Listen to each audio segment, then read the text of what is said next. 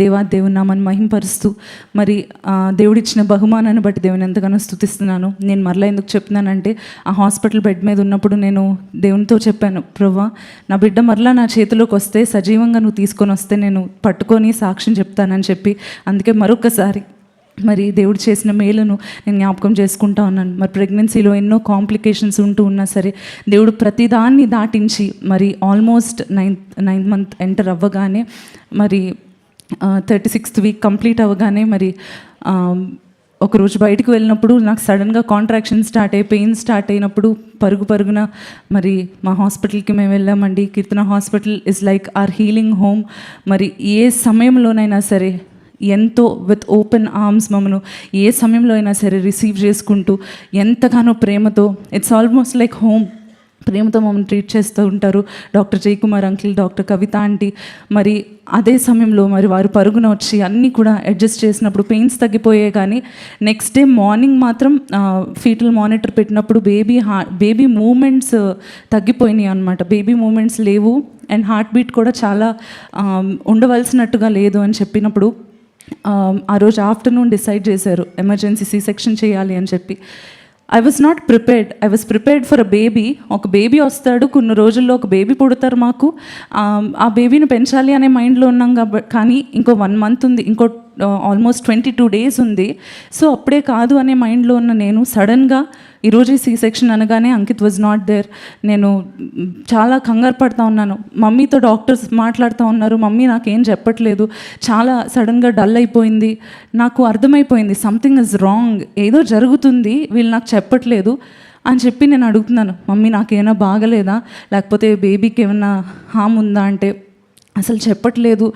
బ్రతిమలాడుతున్నాను, please చెప్పు అంటే చాలాసేపటికి అదే కొంచెం ఫీటల్ డిస్ట్రెస్లో ఉండుండొచ్చు, సో బేబీ హార్ట్ బీట్ ఉంటుందో లేదో తెలియదు అని చెప్పి అన్నారు. అని చెప్పగానే అసలు నాకేమి ఆలోచించాలో కూడా తెలియలేదండి. నాకు మమ్మీ మీద కోపం వచ్చేస్తుంది, నువ్వే ఎక్కువ కంగారు పడిపోయి నన్ను కంగారు పెడుతున్నావు అని చెప్పి మమ్మీ మీద కోపపడడం మొదలుపెట్టాను. కానీ ఆ సమయంలో మరి దేవుని యొక్క కృపచేత మరి సేఫ్గా నాకు డాక్టర్ గారు డెలివరీ చేసి బేబీని మరి నాకు చూపించి, ఇలా చూడగానే ఎవరికైనా ఆశ ఉంటుంది కదండి. నేను అంకిత్తో చెప్పాను, నాకు నా ఫేస్ పక్కన బేబీని పెడతారు కదా, మా ఇద్దరికి ఫోటో ఇవన్నీ కూడా నేను చెప్తా ఉన్నాను. కానీ అటువంటి పరిస్థితి రాలేదు, ఎందుకంటే బేబీ ఇంకా చాలా ప్రీమెచ్యూర్గా ఉండడంతో అండ్ ఇంకా ఎటువంటి ఇష్యూస్ ఉన్నాయని చెప్పి మరి భయపడుతూ ఉన్నాం. అయితే పుట్టే బేబీకి హార్ట్ బీట్ ఉంటుందో లేదో అనే భయంతో నేను ఆ ఎమర్జెన్సీ ఆ యొక్క రూమ్లోకి, ఆపరేషన్ రూమ్లోకి వెళ్ళిన తర్వాత the greatest moment for me when I praised God was, ఇలా కట్ చేసి బేబీని ఇలా పూర్తిగా బయటకు తీయగానే వీడు బేరమని ఏడవడం మొదలుపెట్టాడండి. That was the best moment. అంటే ఊపిరి చక్కగా అంటే రీక్రియేట్ చేస్తున్నాడు ఇప్పుడు చక్కగా. అయితే లంగ్స్ ఫామ్ అయినాయి, మంచిగానే ఉన్నాడు, హీఈస్ అలైవ్ అని నాకు అర్థమైంది. దేవుని ఎంతగానో స్తుతించాను. I'll keep it short, I'm very sorry అండి. బట్ ఇదంతా జరిగి నెక్స్ట్ డే కూడా వాడు నెక్స్ట్ డే అట్లీస్ట్ నా దగ్గరకు వస్తాడేమో అని చెప్పి నా side of the test money నేను ఇప్పుడు చెప్తున్నానండి. As a mother, as a post partum women, మరి ఆ నైట్ అంతా కూడా నేను లేచి డాక్టర్ వచ్చి చెప్పారు, ఆంటీ అరే నీకు ఇచ్చిన మెడిసిన్కి అసలు అందరూ నిద్రపోతారు, నువ్వు పడుకోవట్లేదు ఏంట్రా అని. నా సిచ్యువేషన్ ఏంటంటే ఇలా కళ్ళు మూసుకోగానే బేబీని ఎవరో తీసుకెళ్ళిపోతున్నారు, ఇటువంటి హాలూసినేషన్స్, ఇటువంటి పీడకల లాంటివి వచ్చి మెలకు ఉండిపోయింది. నా బేబీని ఎప్పుడు ఇస్తారు ఆంటీ, ఒకసారి బేబీని చూస్తానంటే నాన్న మానిటరింగ్లో ఉన్నాడు అని చెప్పి నాకు ధైర్యం చెప్తూ ఎంతగా నన్ను బలపరుస్తూ వచ్చారు.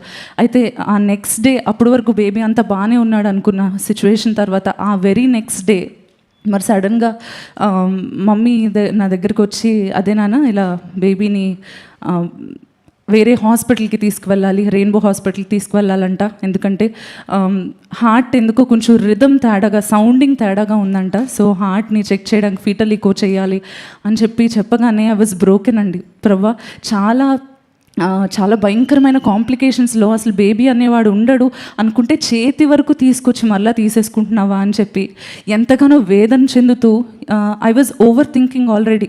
డాక్టర్ అంకుల్ వచ్చి చాలా ధైర్యం చెప్తున్నారు, షైనమ్మ అసలు నువ్వు ఏడవకు నాన్న, అసలు ఏడవకూడదు అంటే నాకు కంట్రోల్ చేసుకునే సిచ్యువేషన్లో లేను, భయంకరంగా ఏడుస్తూ ప్రభా అయితే నేను ఇంట్లో నా బేబీకి సర్దుకున్న సామాన్లు అవన్నీ కూడా ఎవరికి ఇచ్చేయాలి అంతవరకు నేను ఆలోచించేస్తున్నాను అనమాట. అంటే బేబీ నా చేతిలోకి ఇంకా రాడు అని చెప్పి.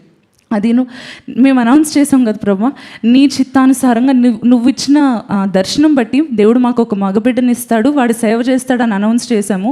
మరి ఇప్పుడు నేను మొహం ఎలా చూపించుకోను ప్రభా, ఇంతేనా నీ వాగ్దానం అని చెప్పి దేవుని ప్రశ్నించడం మొదలుపెట్టానండి. ప్రశ్నించడం మొదలు పెడుతూ చాలా అధైర్యపడిపోతూ ఉన్నప్పుడు అత్తమ్మ రాసిన ఈ సాంగ్ నాకు నా మనసులో గుర్తొస్తూ ఉంది.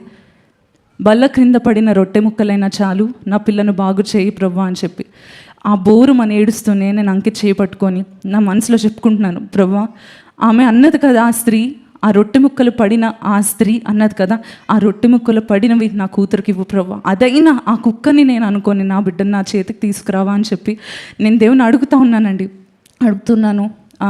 కరెక్ట్గా 2 అవర్స్లో ఆ ఫీటల్ ఎకో యొక్క రిపోర్ట్స్ వచ్చి నీ బేబీకి ఎటువంటి హార్ట్ ప్రాబ్లం లేదు, హీఈస్ కంప్లీట్లీ ఫైన్ అనే న్యూస్ నాకు వచ్చింది. దేవునికి మహిమ కలుగును గాక. అదేవిధంగా రెస్పిరేటరీ ఇష్యూస్, లంగ్స్లో ఏవో ఇష్యూస్ ఉండొచ్చు, ఇటువంటివన్నీ వచ్చాయి. కానీ అక్కడ కూడా డాక్టర్ సౌజన్య గారు రెయిన్బో హాస్పిటల్లో చాలా స్పెషల్గా బేబీని కేర్ తీసుకుంటూ ఎంతో చక్కగా తిరిగి మా చేతికి బేబీని అందించారు.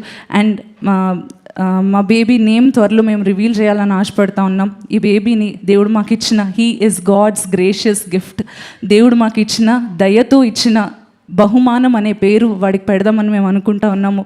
మరి అటువంటి బహుమానాన్ని దేవుడు మాకు ఇచ్చాడు. ఈ 9 months కూడా మా మిరకిల్ ఫ్యామిలీ అందరూ కూడా సొంత కుమార్తె, మేనకోడలు, చెల్లి, మనవరాల కోసం ఎలా ప్రార్థిస్తారో మీరందరూ కూడా నా కోసం ఆ విధంగా ప్రార్థించారు. అందుని బట్టి మీకు అందరికీ వందనాలు తెలియజేస్తున్నాను. దేవాది దేవునికి ఎన్నో స్తోత్రాలు చెల్లిస్తున్నాను. నేను ఊహించలేదండి, ఆ హాస్పిటల్ బెడ్ మీద నేను ఊహించలేదు ఈ విధంగా దేవుని సన్నిధికి నా బిడ్డను తీసుకొని వస్తానని. But today he is here with me to praise God. దేవుని స్తుతించడానికి నా బిడ్డ నాతో పాటు వచ్చాడు. అందును బట్టి దేవునికి ఎంతో స్తోత్రాలు చెల్లిస్తూ ఈ సాక్ష్యాన్ని బట్టి దేవునికి మహిమ చెల్లిస్తున్నాను. Praise the lord.